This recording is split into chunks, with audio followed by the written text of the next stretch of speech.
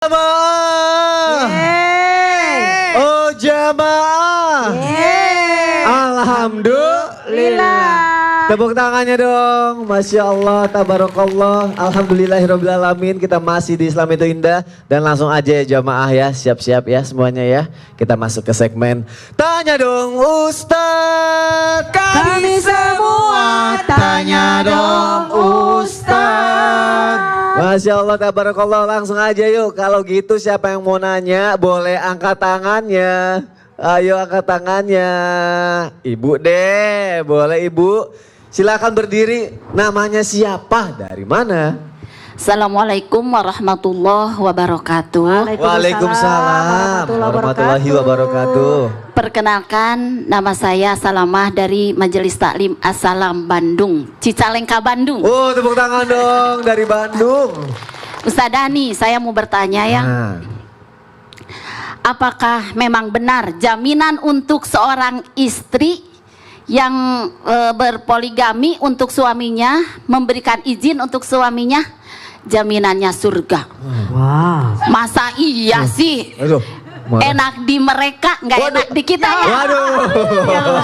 Soalnya ini nih, dalilnya dibikin sama suami-suami Oh, yang gitu? mungkin iya. Ibu dijanjiin surga. Iya, Waduh. katanya dijanjiin surga. Wah.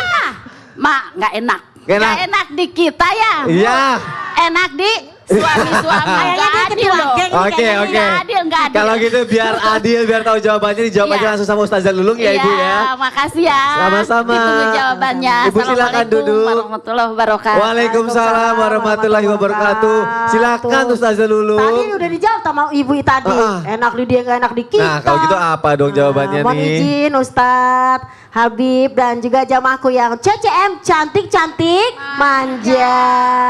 Pemirsa yang dirahmati Allah, kalau kita ngomongin sorga, emang bener sih ketika seorang istri ngizinin suaminya menikah lagi ya kan, itu adalah jaminannya sorga. Bener banget. Apalagi kalau ikhlas ya kan pemirsa, redo tanpa ada marah-marah di hati, pasti sorga. Siapa yang gak mau sorga? Karena memang wanita mendapatkan surga sangat gampang dan mudah. Ketika dalam hadis Nabi bersabda, kalau ada seorang wanita ketika dia sholat farduha, dia berpuasa yang wajib dia jalankan Ramadannya, dia sholat wajib dia jalankan sholatnya, bahkan dia itu yang namanya menjaga kehormatan dirinya dan suaminya, surgalah jaminannya. Apalagi ketika dia berdoa untuk anak-anak sebagai seorang ibu, maka doanya dikabulkan oleh Allah. Siapa yang gak mau surga? Ayo. Siapa yang gak mau surga? Saya juga mau. Tapi masa kita bukan ngomongin masalah surga atau neraka, itu adalah hak prerogatif Allah. Masalahnya seorang suami yang menikah lagi ini, izinnya, ayo dong ma, izinin ya ma ya please, biar mama masuk surga. Please gitu kan ya. Maka ketika istri bilang, iya deh mas, apakah bisa kita redo? Benar masuk surga kalau redo, benar masuk surga kalau ikhlas, benar masuk surga kalau enggak kita protes ya kan. Kalau kita yang namanya merasa diperlakukan dengan adil. Tapi kalau ada sakit hati, kemudian dirugikan, uang belanja berkurang, karena dibagi dua, maka itu adalah rasa kecewa di dalam hati. Jadi boleh aja suami ngingetin sorga, boleh, karena perempuan memang gampang masuk sorga, tapi juga gampang masuk neraka. Ketika kita dibilang tidak bersyukur dengan suami, masuk neraka. Ketika kita marah sama suami, masuk. Ketika kita ngomel-ngomel lagi bikin air, dasar bikin masuk air neraka. di sini, makan di sono, aja masuk Neraka. lama-lama masuk angin, Ya. dikerokin deh ya. Ya. Jadi pemirsa yang dirahmati Allah, kalau kita menikah itu bukan main-main, maka ibadah memang sulit, tapi kita berdoa kepada Allah jangan sampai ini kejadian. Kenapa? Sorga itu pintunya banyak ya enggak? Pintu puasa yaitu sorga Ar-Royan, pintu sedekah, pintu jihad, pintu sholat. Kayak pintu yang satu itu sepi kayaknya, karena gak mampu. Ku tak sanggup bila kau nikah lagi. Oh my God, Nah ini deh, jadi pemirsa kita balik berdoa kepada Allah. Robbana zolamna anfusana wa ilam taghfir lana wa tarhamna lanakunanna minal khasirin. Ya Allah, memang yang namanya istriku ketika aku menikah lagi diizinkan didapat sorga. Tapi tolong ya Allah, mohonkan ampun bagiku sebagai suami yang berlaku zolim kepada anak dan istriku. Jadi ini kita saling timbang-timbang rasa nih. Kalau aku nikah lagi, sorga sih.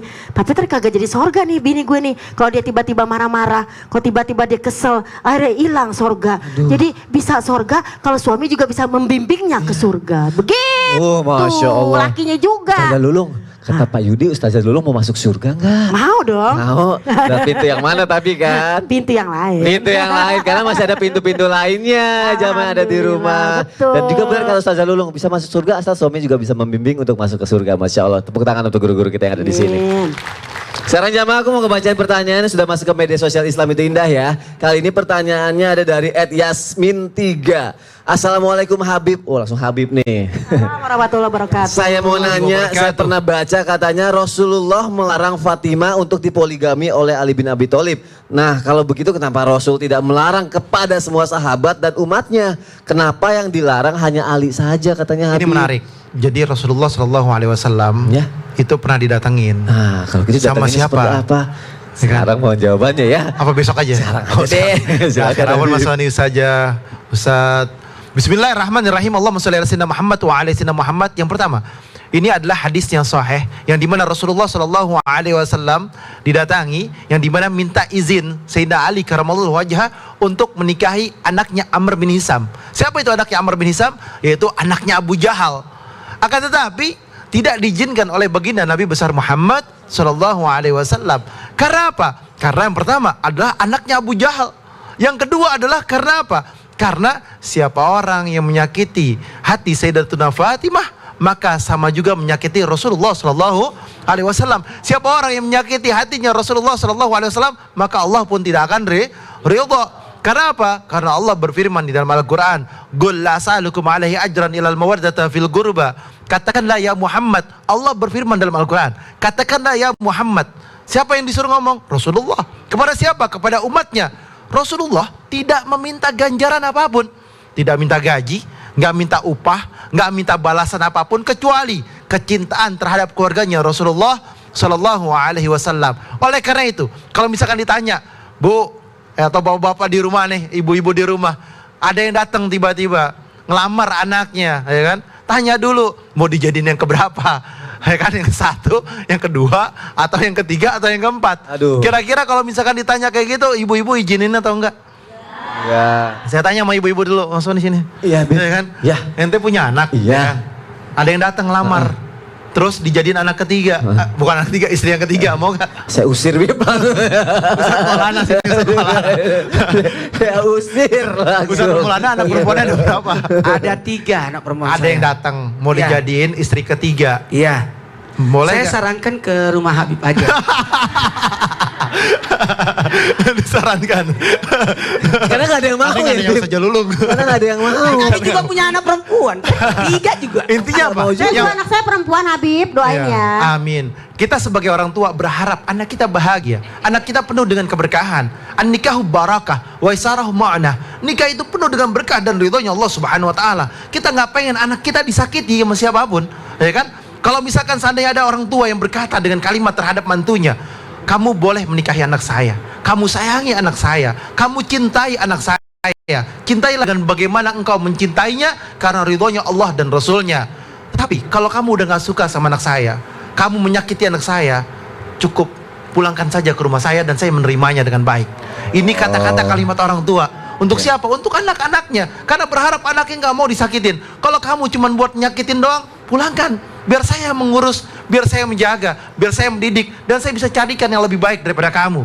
Ini harapan orang tua, dan berharap anaknya diperlakukan dengan baik, ma'ruf, nggak disakitin, apalagi main tangan, apalagi dapat suami yang pelit, apalagi dapat suami yang kurang ajar dan lain sebagainya. Berharap suami yang saleh, yang bertakwa kepada Allah, yang mengajak ke dalam kebaikan, ngajak ibadah bareng dan lain sebagainya, berharap penuh dengan berkah dan ridhonya Allah Subhanahu Masya Aku Allah, cinta tabarakallah. karena Allah. Aku cinta sayang karena Allah. Cinta Habib karena Allah. Masya Allah, tabarakallah. Habib, silakan Habib ada di sini, guru-guruku ada di sini semua karena kita sama-sama akan mendengarkan kesimpulan yang akan dibawakan oleh Ustadz Maulana dan juga dilanjutkan doa oleh Habib Usman. Silakan Ustadz Maulana. Ketahuilah, menikah itu adalah sunnah. Poligami hukumnya mubah. Dari sini kita bisa belajar bahwa pernikahan itu adalah penyempurna agama. Dan separuhnya adalah ketika menjalani rumah tangga itu. Dan ketahuilah, binalah rumah tangga kita, sibuklah untuk memperbaiki diri, sibuklah untuk membina rumah tangga dengan sakinah, mawaddah, warahmah, ketenangan, cinta, dan kasih sayang. Dan ketahuilah, dari setiap atas apapun yang kita miliki akan diminta pertanggungjawabannya di hari kemudian. Ketika Rasulullah SAW melaksanakan Isra Mi'raj, Nabi diperlihatkan sosok laki-laki yang berjalan miring. Siapa itu? Orang yang tidak bisa berlaku adil kepada pasangannya. Ketahuilah, ingat, kita mungkin berusaha untuk berlaku adil sesuai kemampuan kita, sesuai kesanggupan kita, berlaku adilnya sebagai manusia. Tapi ingat, hati tidak bisa dibohongi. Pasti kita akan cenderung pada seseorang. Maka dari sinilah kita bisa belajar. Ayo, belajar dulu, berlaku adil dulu lah, baru berpoligami. Bismillahirrahmanirrahim. Allahumma salli ala sayyidina Muhammad wa ala ali sayyidina Muhammad. Amin, amin, amin. Allahumma aftah lana ya Allah ya Rabb abab rahmah Amin ya wa Allah. ni'mah wal barakah wa sihat wal afiyah ya Allah. Rabbana zalamna anfusana wa lam taghfir lana wa tarhamna lanakunanna minal khasirin. Ya Allah, ya Tuhan kami, bukakanlah kami pintu rahmat ya Allah, pintu keberkahan, pintu sakinah, mawaddah warahmah ya Allah. Janganlah Engkau menjadikan kami hamba yang zalim ya Allah. Ya Allah, jangan jadikanlah kami manusia yang zalim ya Allah, dan menjadi manusia yang adil ya Allah terhadap istri dan anak-anak kami ya Allah. Rabbana atina fid dunya hasanah wa fil akhirati hasanah wa qina adzabannar. Wa sallallahu ala sayyidina Muhammadin wa ala alihi washabihi wasallam walhamdulillahi rabbil alamin. Amin ya rabbal alamin. Terima kasih kepada guru-guruku. Terima kasih jamaah sudah menyaksikan Islam itu Indah. Insya Allah besok kita ketemu lagi ya. Wassalamualaikum warahmatullahi wabarakatuh. Waalaikumsalam warahmatullahi wabarakatuh. Barakallahu lakuma wa baraka alaikuma wa jama'a bainakuma